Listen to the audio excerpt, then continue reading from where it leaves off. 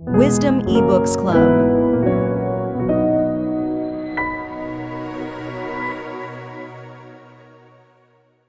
Genesis chapter 29. Jacob meets Rachel. So Jacob went on his journey and came to the land of the people of the east. And he looked and saw a well in the field. And behold, there were 3 flocks of sheep lying by it. For out of that well they watered the flocks. A large stone was on the well's mouth. Now all the flocks would be gathered there.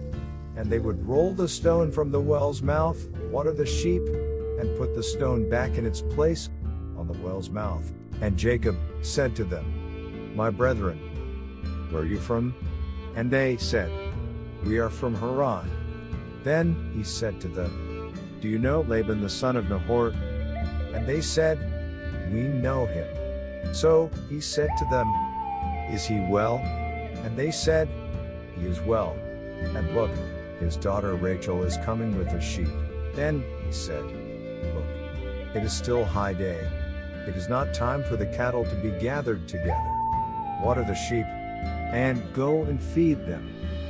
But they said, "We cannot, until all the flocks are gathered together. And they have rolled the stone from the well's mouth. Then we water the sheep."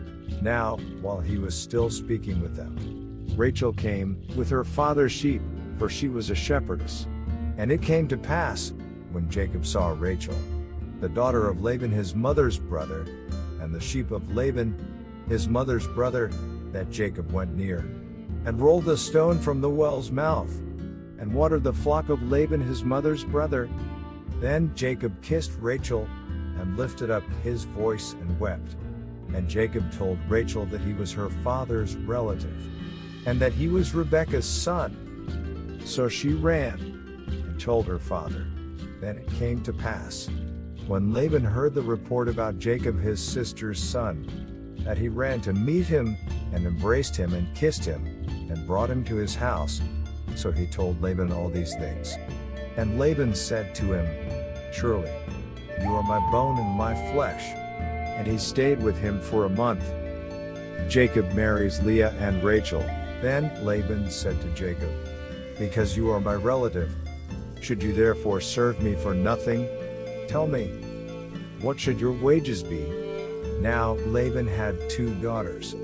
The name of the elder was Leah, and the name of the younger was Rachel.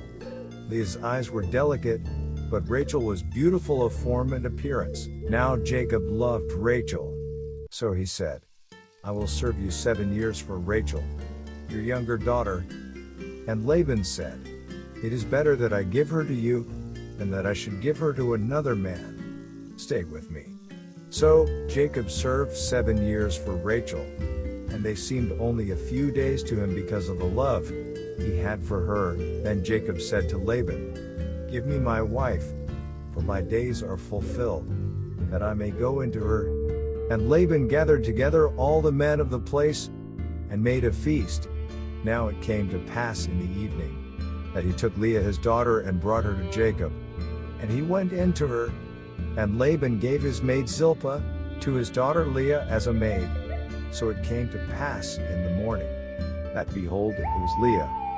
And he said to Laban, "What is this you have done to me? Was it not for Rachel that I served you? Why then have you deceived me?"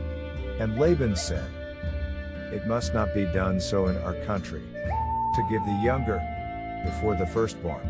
Fulfill her week, and we will give you this one also, for the service which you will serve with me. Still another 7 years." Then Jacob did so, and fulfilled her week. So he gave him his daughter Rachel as wife also. And Laban gave his maid Bilhah to his daughter Rachel as a maid. Then Jacob also went in to Rachel. And he also loved Rachel more than Leah. And he served with Laban still another 7 years. The children of Jacob, when the Lord saw that Leah was unloved, he opened her womb. But Rachel was barren. So Leah conceived, and bore a son. And she called his name Reuben, for she said, "The Lord has surely looked on my affliction. Now therefore my husband will love me." Then she conceived again and bore a son, and said, Because the Lord has heard that I am unloved, he has therefore given me this son also. And she called his name Simeon. She conceived again and bore a son, and said, Now, this time my husband will become attached to me, because I have borne him 3 sons. Therefore his name was called Levi. And she conceived again and bore a son, and said, Now I will praise the Lord. Therefore she called his name Judah. Then she stopped bearing,